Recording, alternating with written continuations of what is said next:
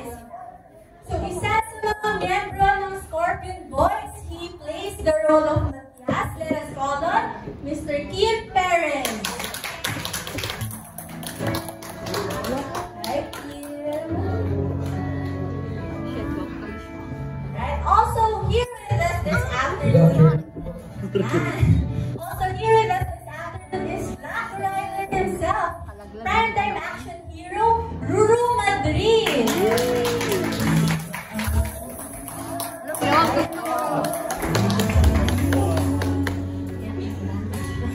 Happy araw ng Davao po. Magandang hapon po sa inyo.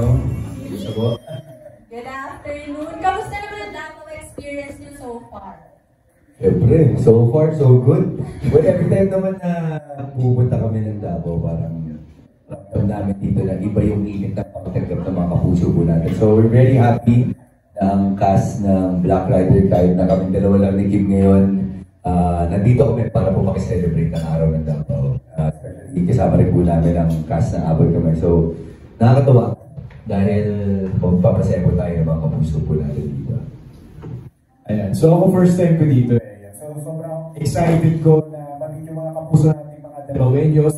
At syempre mamaya, ayan, yung whole show na ihahatid namin saya.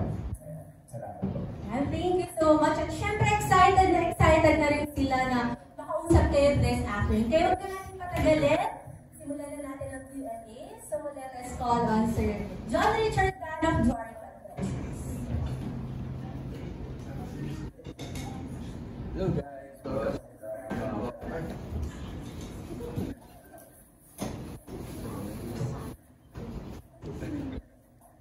Hello? Yung question ko is, yung nag-trending sa TikTok about kay Miss Rio Lacsin. Yung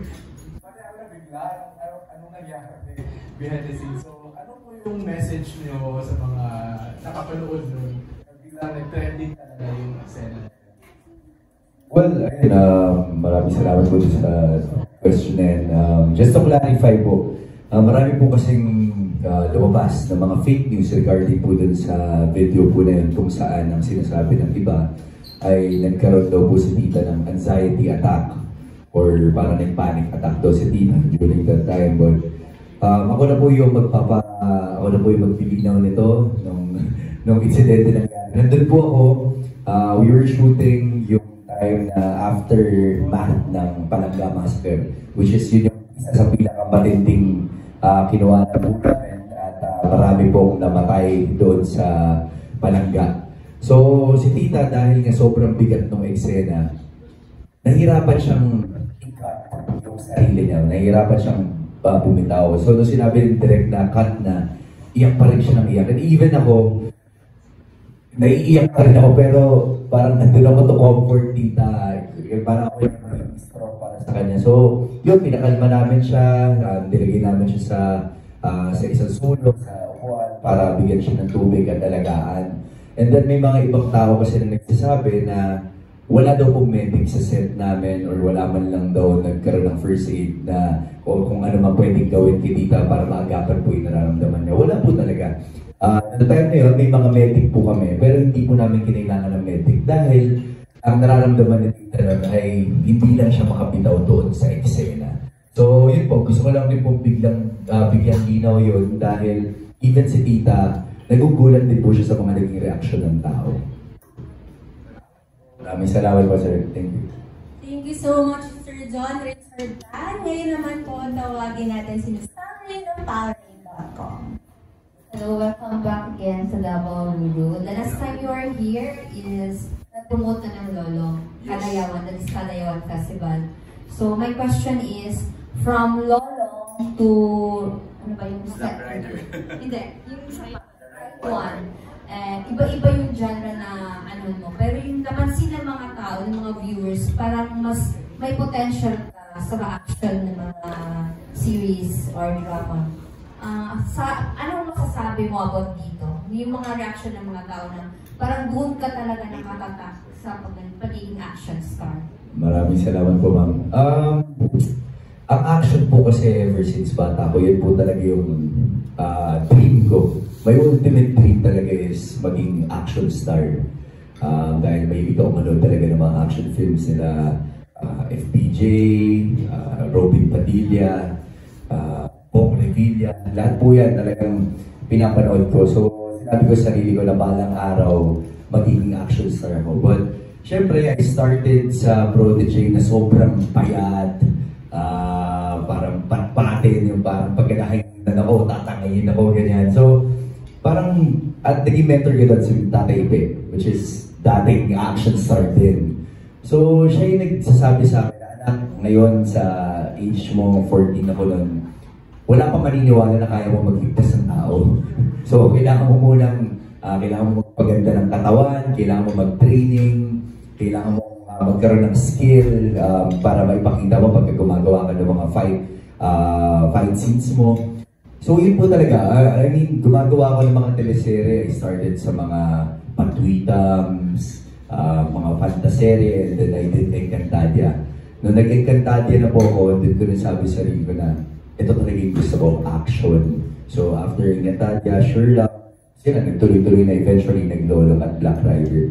So, for me, ito po talaga yung gusto kong path na daanan.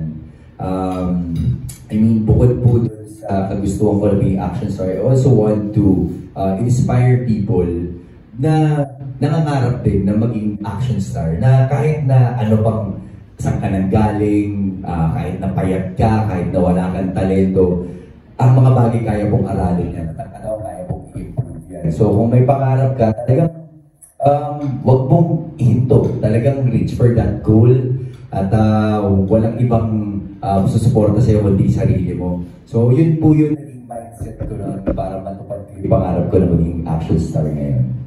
Thank you so much. Maraming salamat po. Next is for King Perez. I still remember your role sa Heart on Ice as Salvador Bob Adriano. Here in Black Rider, you played the role of Matias, one of the villains in Black Rider, which is way different from your boy to next door role as Bob in Heart on Ice. What are your preparation and how is your working relationship with Lulu? Ayan. So, yung una kasi ito nag-start to sa audition. So, as a villain nga yan. So, nag-start kami na, ito talagang Black Rider. Ano talaga siya? Very challenging talaga itong role para sa akin kasi ang layo niya dun sa box na charming, mabait, hindi siya talaga parang flip talaga yung character ko. So, dumaan naman kami sa process like may mga training naman kami. Yes. Buong GS Boys. Ayan. So, training. So, ginagawa namin after shoot, kinabukas ng training. Siguro mga 2 months ata namin ginawa yun. Ayan, yung training. So, relationship with Ruro, yan. So, Ruro napakabait niyan.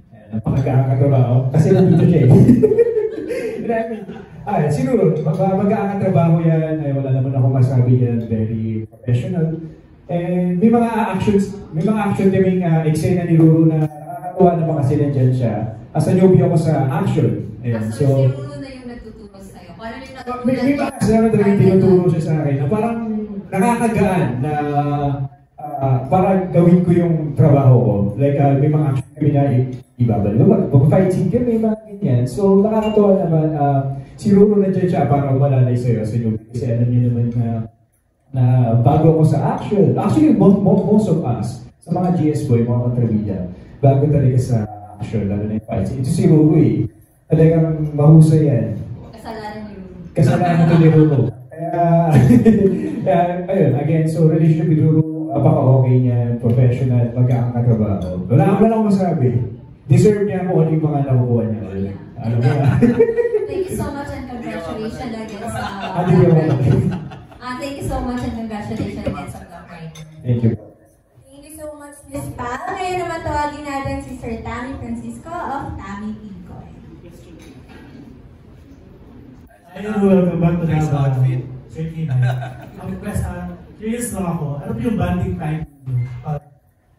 Wala kayo sa center, ako hindi Bonding time. Well, actually, yung pinaka-bonding naman namin lahat ng cast ng Black Rider pagka nasa set eh. Kasi, syempre, pagka wala kami sa trabaho most of the time, kasama namin yung mga pamilya namin, yung mga mahal namin sa buhay. So doon kami nagkakaroon ng quality time with our family. But pagdating namin sa set ng Black Rider, pamilya kami doon. Iisa yung layunin namin. Yun ay makapagbigay ng magandang programa po para sa mga manonood. So parang like ako, usually ginagawa ko, iniikot ko minsan yung 10, yung Golden Scorpion Boys, magkakasama natin lagi. Sila Tita Rio, ganyan. Tapos pagka nasa set kami, bago namin kunan yung mga eksena, kikwentuhan kami, parang konting usap, ganyan. Parang yun yung pinaka-bonding talaga namin kasi sobrang bigat ng show namin. So parang wala kaming time na, tara mag-ano muna tayo, get together muna tayo. Parang kasi sobrang bigat niya. So kailangan 100% focus talaga kami sa proyekto. So kami naman, so ibang kwento naman yung ano. Si Ruru kasi talagang laging nasa on action na lagi yan. So nakakasama na kami siya kapag ka-eksena namin siya. Pero ayun, so kami naman mga GS boys, so sa totoo lang, ang tagal nagugulat na kami, ilang months na pala kami magkakasama. I mean, parang mag-iisang taon na pala kami halos magkakasama sa set yan. So mostly ginagawa talaga namin, banding like food trip, sharing ng mga so hindi ko alam na magiging close ko pala itong mga GS boys. At the same time, may mga ibang cast na nagugulatan lang ako na ang tagal ko na din palang silang kasama. Like, kasi mostly kami GS boys. Magugulatan lang ako na isang araw na mag-iisang taon na pala kami. Nakakagulat lang. Pero mostly ang bonding talaga namin, kulitan. Kung makapanood nyo yung mga sa TikTok, halos wala kaming dull moment sa totoo lang. Wala kaming dull moment. So wala akong masabi, yun lang. Last question ko please. Sino po yung pinakamakulit si Seth? Ikaw, si Floyd. Sino ba sa'yo? Si Empoy. Sige, wala nanalo dyan. Tsaka si Janus. Tandem yan. Okay, Jason. Makulit din po. Thank you so much, Sir Tammy. Grabe naman ang food trip bonding, pero mga batak pa rin. Ano naman secret niyo dyan? Next naman is si Miss Annalisa Alpapara of It's Very After. Hello, welcome to Davao. On a lighter side naman, ano yung mga activities nyo on a personal level when you're not filming or when you're not shooting any episode? Yung ginagawa ninyo? Yung favorite hobbies nyo or something like that? And what is your skincare if you have any? Skin therapy. Sige ako muna. So, gawin ko muna sa first question na ano yung ginagawa ko. So kagaya ng iba, so kailangan ko kasi, so hindi ako nakakampante na may trabaho ko. So kailangan ko i-ready yung sarili ko kung ano yung next project na ibibigay sa akin. So nag-workout ako. Ayan, so ano pa ba? Kasi ako homebody lang ako eh. So naglalaro lang ng bahay. Naglalaro na sa bahay. PS5, cellphone, Dota. Pero church. Yeah. So yun yung ginagawa ko outside set. Sa alam na ba? Yeah. So wala naman mabibili na product. So every morning kasi nag-a-apply ako ng serum. Hindi ko lang anong serum to, pero special serum sa kailangan serum siya at the same time hindi ko naman bagay ko ng brand serum din SPF, ayan, sunscreen. Then sa gabi naman toner, hilamos ng DD3 talaga. So hilamos, toner, serum again, tapos moisturize. Ayan. Ilang steps ba yan? Ilang steps? Ang dami. Natutunan ko kasi ito sa ano. Maraming steps daw. Totoo lang, as an artista talagang kailangan natin ito. Kasi nakaka-drain, hindi lang emotional, physical na talaga. Kasi yung puya, nakaka-dry yan. Yung pagod, di ba? Yan. So kailangan talaga na artista. Ang daming routine. Hindi ko alam sa'yo, Ruro, ano bang routine ko? I-share mo nga yung routine mo, Ruro. Kasi mas mukha kang fresh sa akin eh. Yes. Dito sa ano po, pagka wala po ako sa taping, usually nagtitraining. MWF yung taping namin. Pagka Tuesday, ginagawa ko nun sa either mag-training ako sa umaga, tapos sa hapon, mag-therapy ako ng tuhod ko, ng mga injuries ko na nakuha sa set. And then, minsan, syempre, yun na nga yung time ko para sa pamilya ko, sa loved ones, yan yung mga oras natin. So, kailangan natin ibigay sa kanila. And then, regarding sa skincare, syempre, hindi mawawala. Belo at saka beauty derm. At saka, ligo lang everyday. At ice. Ako lagi ako nag-yelo. Pag nagising sa umaga, i-yelo ko yung mukha ko bago matulog. Ice din. Maraming tubig. Ito. Maraming salamat sa sana. Na-reveal na tuloy yung beauty tips nila. Kasi meron misconception, baka akala mo na ibang tao, di ba? Para pagka lalaki ka, hindi ka na dapat nag-skincare. Hindi po totoo yun. Kasi syempre dapat handa ka.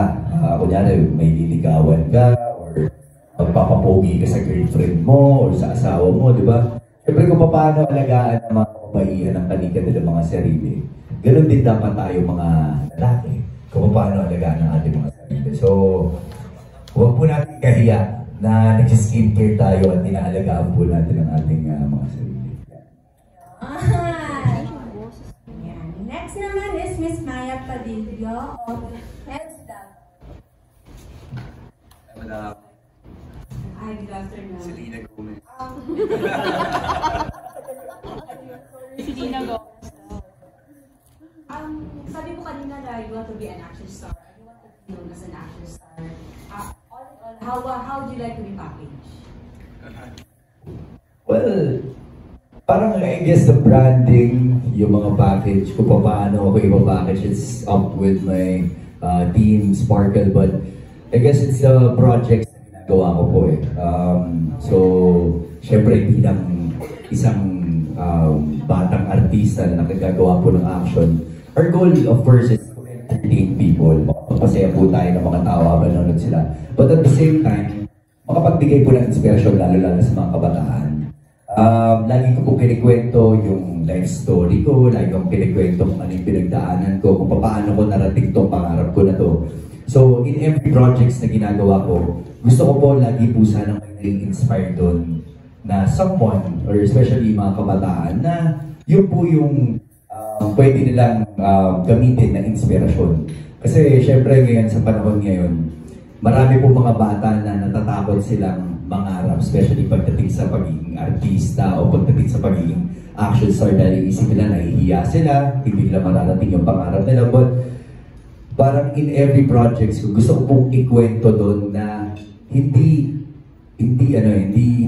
ka dapat matakot na mangarap at dapat lakihan mo ko yung pangarap mo.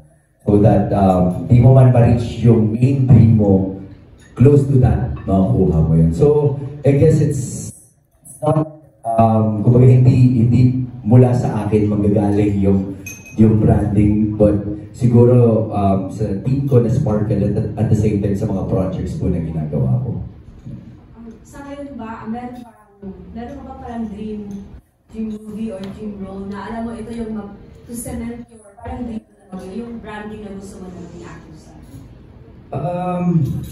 Well, syempre ngayon po, ang mga nagagawa ko pa lang naman na action is more on sa television, sa serye. So, hopefully, this year, kung baka gawa po ako ng pelikula, ang dream ko po talaga is full action talaga. Gusto ko pong mapakita natin na tayong mga napapanood natin sa Hollywood or napapanood natin sa ibang bansa, kaya rin natin yun ng mga Pilipino. So, gusto ko rin i-highlight doon yung martial arts natin, which is yan, FMA, yung Kali, Arnis. Gusto ko pong i-highlight doon sa magiging pelikula na yan para at least yun po yung may pagbabalaki natin international. Last, speaking of series, paano nakakatulong yung lolo sa iyo as an artist? I guess Lolong is parang isa sa pinakamalaking, actually hindi isa, I guess it's the biggest milestone ng karera ko. I guess it's not just about sa akin, sa kung ano po yung napapanood nyo, but because nag-grow ako dito, hindi lang bilang isang aktor, kundi bilang isang tao. Marami po akong realizations because nung time na ginagawa namin ang Lolong, ito po yung mga panahon na may pandemya pa. At umabot sa point na nawalan ako ng pag-asa dahil parang lagi na-delay, parang I think I waited for almost 4 years in this project. So umabot sa point na kine-question ko na yung sarili ko, kine-question ko na yung kakayanan ko. But then, Lolong ang sumandong sa akin. Sinabi ko sa sarili ko na pag hindi nag-work tong proyekto to, this might be the end of my career. Kasi wala na eh, parang pakiramdam ko nagpapalato na lahat. Pero tinuruan ako ng Lolong na may mga bagay talaga na hindi para sa'yo. Dahil meron mga bagay na mas malaki na para sa'yo talaga. Kasi minsan tayo may mga hinihiling tayo na akala natin yun talaga yung gusto natin. Pero meron pa palang ibibigay sa atin na higit pa dun sa hiniling natin. Which is itong Lolong yun. Na hindi ko in-expect na magiging matagumpay. So I'm very happy and very lucky na naging parte po ako nitong programa na to. And napaligiran po ako ng mga mahuhusay na co-actors ko at bumubuo ng programa. So, yun po. Maraming salamat. Thank you. Thank you so much, Miss Maya. May we now call on Miss Ruth Palo of News 4 and Manila Times. Mami Ruru, I like your outfit, Miss Ruth. yeah. Napanood ko kayo sa yung kay Boy Abunda na Fast talk. Fast Talk, yan. My question is hindi sa Black Rider. I would like to ask you yung love life. Paano kayo nagsusuporta ng Miss Bianca Almari? Like, just recently, yung bench fashion, di ba? Bago nakahapon si Miss Bianca. Well, I guess the best part na sa aming dalawa sa relationship namin is kahit na pares kaming artista, wala pong competition sa aming dalawa. Yun po kasi feeling ko yung isang malaking dilema, lalo na pagkapares kayo nasa isang industriya at halos magkasingkidad kami. So hindi may iwasan yung mga competition. But siguro kami kasi ni Bianca, we started na hindi kami love team eh. Nag-start kami na naging magkatrabaho kami pero never kaming nag-uusap. Pero eventually naging kami at doon ko napatunayan na ang sarap pala na meron kang katrabaho na gano'ng kagaling umarte, gano'ng ka-talented. Kasi sa totoo lang siya yung nagbibigay sa akin ng inspirasyon to work harder. Siya yung nagpakalma sa akin. Before, kung nakilala niyo ko, the way ako magsalita, the way ako kumilos, the way ako makipag-usap, ibang-iba. Kasi feeling ko siya yung nagbigay sa akin ng direksyon na ito dapat. At dapat mong seryosohin yung ginagawa mo dahil hindi lahat ng tao lang nabibigyan ng pagkakataon na gawin itong ginagawa natin. So siya yung laging nagbibigay sa akin ng constant reminder na kailangan mong pag-usayan at ginagawa mo to hindi lang para sa sarili mo, kundi para sa lahat ng taong naniniwala sa'yo. So I guess yung level of trust, yung level of yung pag-suporta namin sa isa't isa is to the highest level talaga. Dahil kailan siguro namin ka-love yung isa't isa. Kahit na hindi kami magkatrabaho, I'm sure na iisa po ang path namin, isang road na namin. At sabi ko nga doon sa post ko, balang araw, magtatagpo kami doon sa rurok ng tagumpay na magkasama kami. So, by forever sa inyo. Siyempre, that's the goal mo, di ba? I mean, every time naman na magmamahal ka, ang goal mo is panghabang buhay na. So, ako, yun yung mentality ko right now. I just wanna focus sa lahat po ng proyektong pinagkakatiwala po sa akin ng network. But at the same time, hindi ko rin po pwede pabayaan yung mga personal relationships ko. Of course, with Bianca, with my family, with my friends. Kumbaga yung level of commitment na nabibigay ko sa trabaho, dapat same level ng commitment na nabibigay ko sa lahat ng aspeto ng buhay ko. Yeah. Thank you. Sabi mo kanina gusto mong magka-pelikula. Just in case na gusto mong bibigay ito. Nako, leading lady, medyo... Siguro kung action, parang... Siyempre gusto natin na magkatrabaho tayo ng hindi pa natin nakaka-work. So siguro sa yung mga hindi po natin usually nakakasama sa network, pwede rin. Kasi for me, that's the good thing din pagka you're working with someone na hindi mo pa nakakatrabaho. Kasi you get to learn from them. Lalo na magkaiba po yung kultura, magkaiba yung pinagmulan. So, mahirap pagbigay kung sino po yung gusto ko maka-work. But kahit naman po sino, as long as yung same level of commitment and hard work na binibigay ko, sana ganoon din po bigay niya. But marami po nasa isip ko ang hirap kong bigay ng isa. Thank you. Last na lang. Yes. How's your working relationship with Yasi Presley? Working relationship with Yasi. Yasi is very generous. She's very friendly. She's professional. Mabait din siya sa lahat ng mga tao sa set. And this is not the first time na nakatrabaho ko po siya. I mean, I worked with her sa Video City, yung last na film na ginawa ko po. At doon pa lang, parang magaan na po yung loob namin sa isa't isa. So, working on this project, parang hindi na po kami nahirapan. Parang pagdating namin sa set, alam na namin yung gagawin po namin. So, sobrang okay po. Thank you, Ms. Ruth. Thank you so much, Miss Ruth. Ready na rin si Miss Jessa sumagay sa airline or TV for her question. Hi, Miss Jessa. Hi.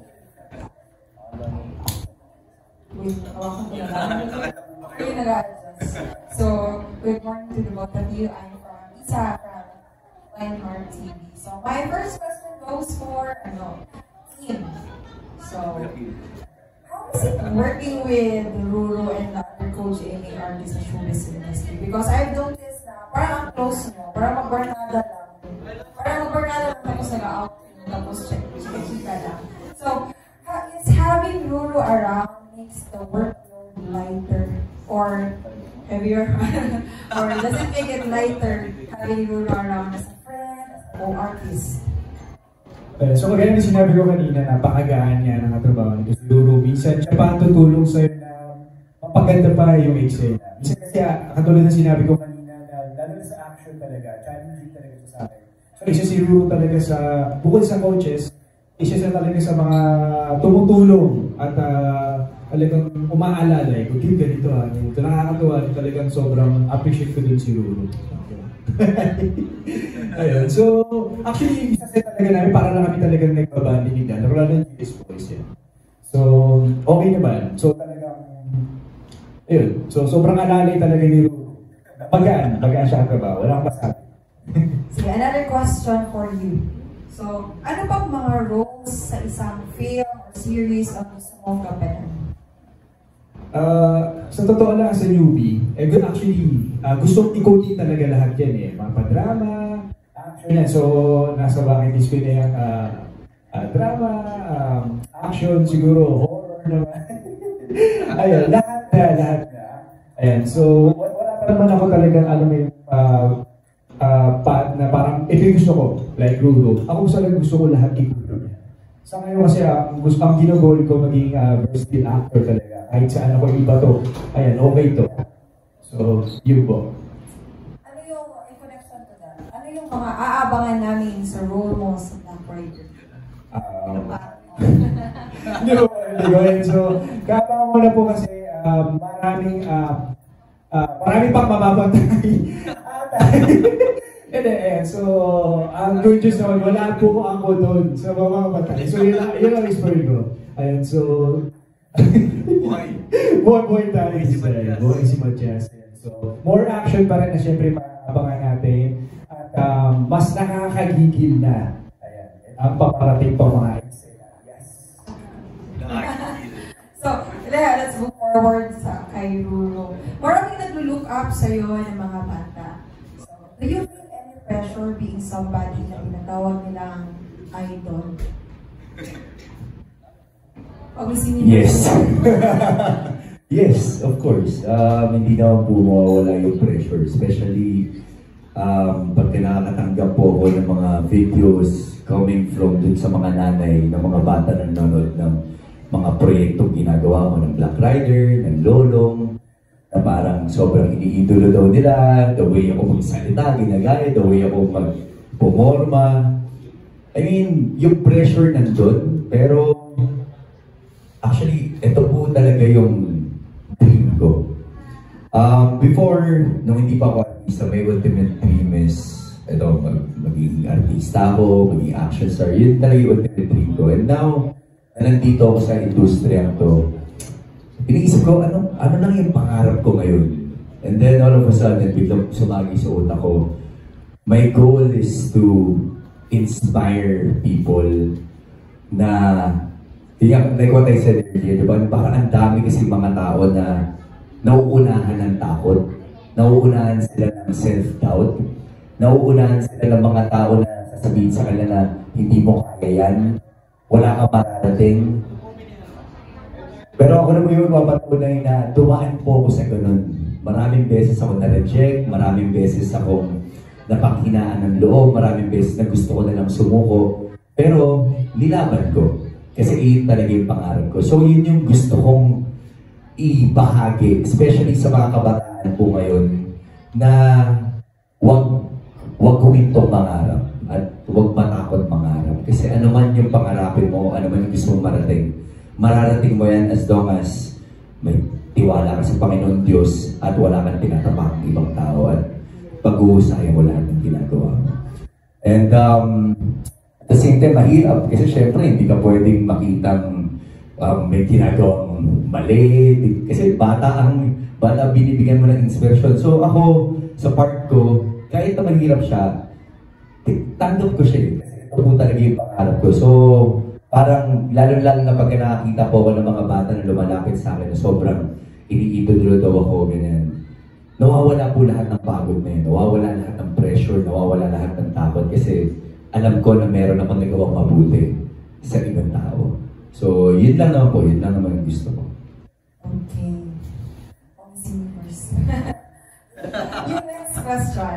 Anong feeling na every show, series, like Lolong, tapos, before, tumatak talaga sa mga tao, like yung Lolong. After nun, tinawag ka na ng Lolong. Yung Black Rider na naman, tinawag ka na ng Black Rider. So, how does it feel? Sobrang nakakatawa po ng puso. I mean, syempre kami mga actors, our goal is magkaroon po ng, kumbaga, tumatak yung bawat karakter na ginagampanan po namin. Diba? So, para po mangyari po yun, ang sarap sa puso, dahil ibig sabihin nun, nagagawa ko po na maayos yung trabaho ko. So, kahit na nakakapagod, kahit na napupuyat kami, kahit na nadidisgrasya ako, nagkakaroon ako ng injuries, nasusugod ako sa ospital, napapawi po lahat ng yun. Kasi alam ko na may mga tao na nandito at naniniwala sa akin na sumusuporta sa akin. So, yun, sobrang sarap sa puso. Last question para sa inyong dalawa. Nauso kasi ngayon sa social media itong mga question. Like, ano yung gusto mong sabihin sa younger self mo? So, let's start. Gusto mong sabihin sa younger self mo? Younger self, ayan. So bata pa lang kasi talaga ako. Pinapurso na ako. Encourage ako ng father ko na mag-artista. So sadly, hindi ko ginawa yun. Nakamatayan niya na ako. Never niya ako napanood sa TV. So sana pala, bata pa lang ako, parang ginagawa ko na yung opportunity na supportahan nila ako sa ganitong passion. Diba? Pero nakakalungkot lang na never niya na ako napanood sa TV. Ever. Ayan. So yun nga. Sana ginrab ko na yung opportunity na suporta nila na maging artista o model. So yun lang po. Ruru. Sasabihin ko sa sarili ko, huwag kang huminto. Maraming mga pagsubok na dadaan sa'yo, maraming mga taong ibababa ka. Maraming mga taong hindi maniniwala sa iyo, magsasabi sa iyo ng mga hindi magaganda. Pero pakinggan mo kung ano yung sinasabi ng puso at isipan mo. Pakinggan mo kung ano yung sinasabi ng pangarap mo, ng passion mo. Doon lang. At doon sa mga tao na naniniwala at nagmamahal sa iyo. Ipaglaban mo dahil hindi lang yan para sa iyo, kundi para rin sa lahat ng mga tao na naniniwala at sumusuporta sa iyo. Daghang salamat. Daghang salamat. Welcome to Davao City. Daghang salamat po. Thank you so much, Miss Jess, sa mga pang Miss Universe na quest. Oo nga. Fairness. Grabe rin yung mga sagot niyo, very inspiring. Ngayon naman, tawagin natin si Sir Ralph Emmett ng Sunstar Davao. Hello po. To Ruru po. If I'm not mistaken, this is the third teleserye that was produced by Public Affairs sa Ikaw Life. Parang fourth. Fourth. The first one was Obosco, way back 2016. It's for election campaign period. Time na yun. Ginawa akong serye. Yun po yung una. And then after that, gumawa rin ako ng gines ako sa In I Will Always Love You ni Miss Marty Forteza noong 2019. And then nag-Todo One I Love ako with Kylie Padilla. Right after that, Dolong, The Right One, and then Black Rider. So pang-anim na. And recently, you were unveiled as one of the faces sa Public Affairs. How does it feel na aside from sa entertainment, you are also part of this separate division of you go before GMA's Public Affairs, they're separated.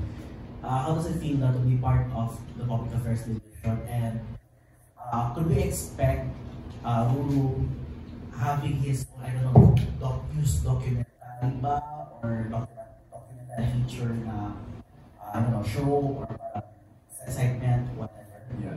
Well, of course, it's an honor na maging parte po ng bagong campaign po ng Public Affairs, which is in Tatak Public Affairs, Tatak World Class.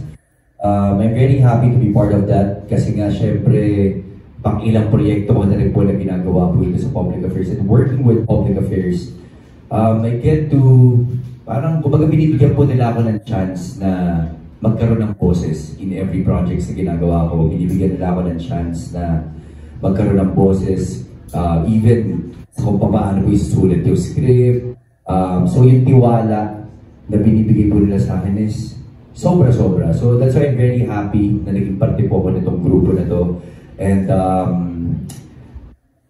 feeling ko, well ako, personally, sobrang gusto ko na magkaroon ng mga documentaries or any shows kung saan hindi ako magpe-pretend to be someone else. Like, hindi ako artista na, kumbaga, may mga pupuntahan tayo ng mga lugar, aaralin natin ng mga ganung bagay. So, may mga nagsasabi sa akin na gusto daw nila i-pitch yung mga ganong klaseng docus at ako daw yung gusto nilang gawing host.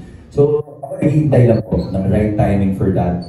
But, of course, natanggapin ko, hindi ako magdadalawang isip dahil dream ko rin naman yan. Anong klaseng social issues ang parang gusto mo maging part or, I don't know, maging host or maging part of sa research? Kasi since ginawa ko yung lolong, syempre, regarding sa pangangalaga sa ating kalikasan, so pwede rin yun, animals, at the same time, yung mga gusto kasing malaman yung kwento ng mga ordinaryong Pilipino na lumalaban sa araw-araw. Especially yung mga hindi natin napupuntahan, yung mga sobrang liblib na lugar.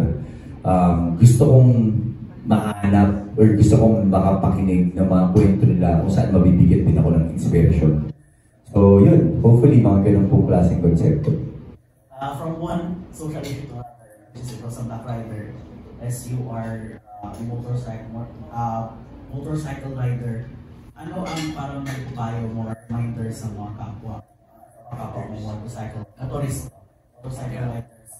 sa when the road po? Well, of course, ride safe. Dapat maging defensive driver tayo.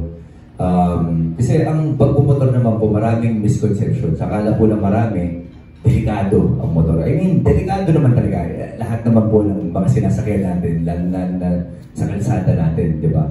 But I guess it's a matter of discipline na meron tayo. Every time na lalabas po tayo ng ating mga bahay at gagamit po tayo ng motorsiklo o kahit na po anong sasakyan, dapat ang pangunahin po natin is paano tayo makakaiwas sa disgrasya. Hindi lamang po para sa ating mga sarili, kundi para rin po sa ibang tao na maiwasan po natin mga aksidente, disgrasya. So, maging mas maingat tayo, aralin maigi yung mga road signs. Syempre, sumunod tayo sa mga patakaran po ng ating lansangan. So yun, ride safe lang at lagi po tayo mag-pray para hindi po tayo pabayaan ng ating Panginoon Diyos every time na bumiyahe tayo. As an advocate po, ano po, siguro mga policies or I don't know, laws na siguro kailangan ma-improve para sa welfare ng mga motor riders at mga pasahero natin as well? Well, actually, I don't know kung ano pa po yung pwede natin i-improve na mga patakaran pagdating po sa kalsada. But I guess tayo, kasi ang dami na po nating mga batas kung paano po maiingatan tayo lahat sa kapahamakan. But I guess ang naging problema is tayo mga motorcycle users. May mga pagkakataon na yung iba po hindi gumagamit ng helmet. Yung iba, makikita mo, imbis na isuot sa ulo yung helmet, isusuot sa braso, di ba? Or isusuot ng kalahati lang ang ulo. So, paano ka mapoprotektan? So, siguro, yung disiplina, sa atin po yung manggagaling. Hindi na natin pa kailangang intayin yung mga kawatan. Hindi natin pa kailangang intayin kung ano po sasabihin ng mga tao sa atin. Kundi tayo na mismo yung mag-alaga. Hindi naman po para sa mga sarili natin, but also sa ibang tao. Last na po, was there a time na na-involve or muntikan na na-involve sa motorcycle accident? Especially, it's a factor natin sa mga rider. So far, wala pa po. Never pa po akong nasempla, never pa akong sa motocross, pero extreme sport kasi siya, so hindi maiiwasan yung mga ganong klaseng aksidente. Pero sa mga ganong kasing lugar, hindi ka maka-aksidente dahil yun talaga yung ginagawa. Pero pagdating sa kalsada, never pa po ako nagkaroon ng aksidente na nakamotor ako or napangga ako or kasi it's a matter of disiplina rin eh. I mean, ang buhay natin, di natin masabi kung hanggang kailan tayo. Pwedeng maingat ka nga, and then ikaw naman yung babangkin. Pwedeng gano'n na mangyari. Pero hanggang kaya po natin iwasan ng aksidente, iwasan po natin. So sa atin na po manggagaling ang pag-iingat at disiplina ng ating mga sarili. Thank you, sir. Thank you so much, Sir Al. For the last one, may we call on Sir RJ Relator of GMA Regional TV. Ay, pang finale talaga. Kim, thank you muna. Kim, I know this is your first time here sa Davao. So, when you heard about you coming here sa Davao, did you look forward to my experience? My experience? So, for me kasi, kilala yung Davao sa mga seafood, mga tuna, yan. So, hopefully sana makakaya mo durian. Yan, yung mga food nila dito na special dito. Yan. So, sana, kaso wala kasing time eh. Actually, gusto ko din talaga malibot itong Davao. Pero wala na atang chance. Pero sana hopefully, yan. So, may invita naman ulit ako dito sa Davao. At true bilang, nakakasama ka na namin sa shows here sa Davao City. Ano yung may sasuggest mo kay Kim na dapat yung matikman before kayo umuwi? Siyempre, Kim, di mawawala. Durian, marang, di ba? Mangustin, suha. Kakaiba kasi ng mga prutas dito dahil sobrang malasa, matamis. So, hopefully, tumakay ka ba durian? Durian, never pa ako nagtigil ng durian na prutas, pero yung mga hindi gusto ko yan. So gusto na mamaya ni Kim, mapatry natin ng durian sa kanya. Lalagay natin sa backpack mo yun. And true enough, Ruru and Kim, I'm excited to let you know na Davao is the chocolate capital of the Philippines. Alam ba yun? And with that, bilang pag-welcome sa inyo ng GMA Regional TV, we'll love to offer you the Davao chocolate at isa sa mga Davao's best local products natin, and we're thrilled to hear from you guys what it tastes like. Okay. So ano to? Food tasting. Food tasting, no? First, yung ano muna, yung dark chocolate natin, yung malaki. Ito malaki? Sige bro. Ako wala. Parang tikman mo na ata ito eh. Kinahin ko na. Made from cacao. Ayan, so first right? Kasi sabay-sabay. That's 65% dark chocolate. Wow.